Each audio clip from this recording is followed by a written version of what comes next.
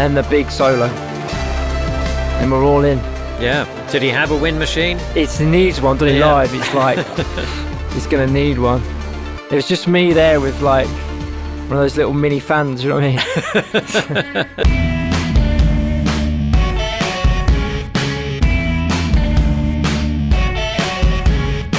This episode is being supported by Tape It. If you currently use voice notes to record your ideas, you should try Tape It instead.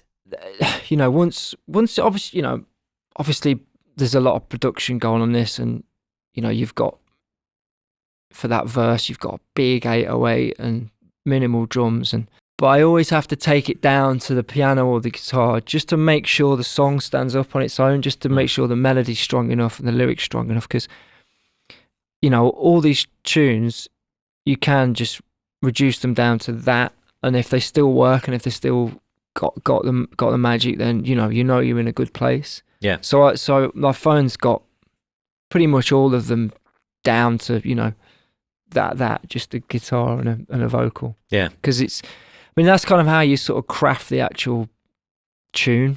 Do you know what I mean? It's like there's the time goes into the production and getting things right, but you know, also a lot of the time is dedicated to just a pen and a pad and a great melody, and making sure that, you know, it's again back to that 8-bar, everything, something happens melodically, lifts, and you know. Yeah. So we ended from those humble beginnings into this monster. Yeah, with the vocal, try to get that, like, you know, Sam Cooke vibe.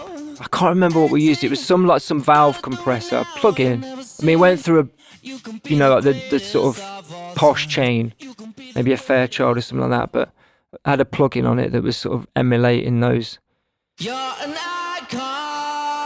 of Motown-y, right, you know. And they got some nice harmonies on this as well.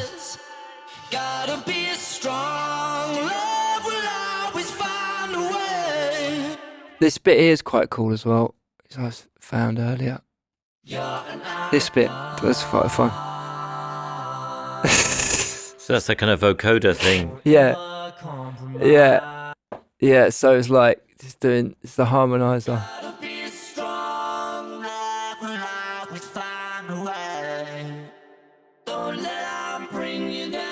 See, at this point, like, we are pissing ourselves in the studio, you know, like that is, for me, that's just hilarious. It's like, that's gotta go in, you know what I mean? It sounds great. I mean, it's interesting because when I'm hearing that, I don't know why, but I'm thinking, wow, this could be turned into a country rock thing. Yeah, totally. If you, like so many of our guests, use voice notes to capture your ideas, you will love Tape It. It's the iPhone recording app designed specifically for musicians and songwriters. With Tape It, you can record straight from your lock screen, set markers, add notes, and even include photos of settings.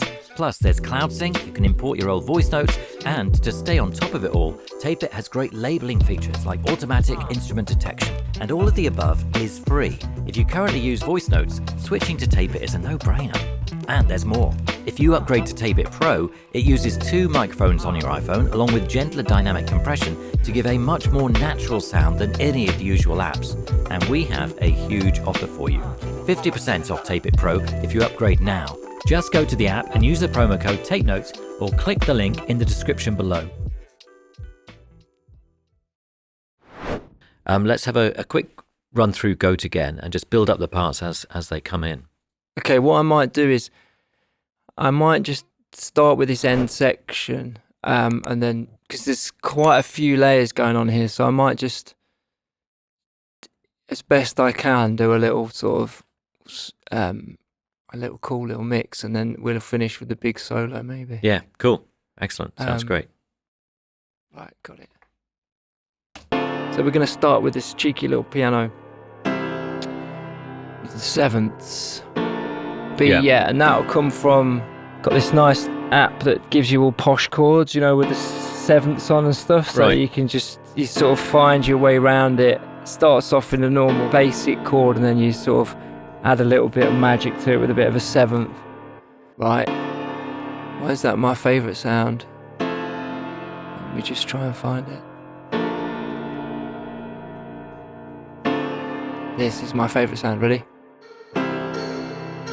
Those little sounds, they're everything to me, those little sounds. Yeah. It's like there's a blaze or something, or, you know, like it's a real sort of dancey sort of thing. Just feels great. What is that? I think it's like a guiro or something. But that came from the original, you know, demo that I show. I've never called it demo. And then we got some nice little 808s. Anyway, 808's pretty much on every kick drum. I love an 808. Let me just let's add some little bit of kick. Nice little bit of snare. And they're the original drum sounds from that original demo. Right. And we'll add a bit of the live kit. And then some live cymbals. And then it starts to kind of come together now as like, you know, like gives it the roomy sort of feel to it, you know what I mean? Yeah. And then some quiet acoustics.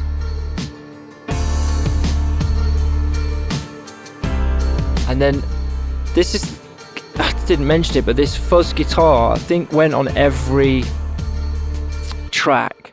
So it's like Mark came up with this chain where it ran through 2 channels at the same time, so it's pure overdrive.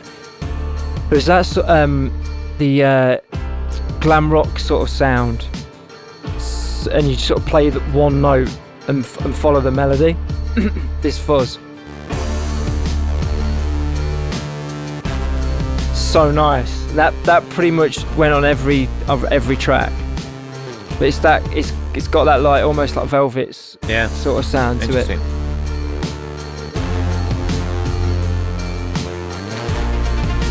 And a nice little arpeggiator, which is Kasabian's signature. And then we got like, we're nearly ready for the riff. And the big solo. And we're all in. Yeah. Did he have a wind machine? It needs one, doesn't it? Live, it's like, it's gonna need one. It was just me there with like one of those little mini fans, you know what I mean? Yeah. But this is like, you know what I mean? You're just like, you can happily say, fuck off at that point to everyone. I really hope that they do start using this as the backing track for all those montages now. Honestly, the Super Bowl halftime show, I'm putting it out there now. I want the Super Bowl halftime show. Right.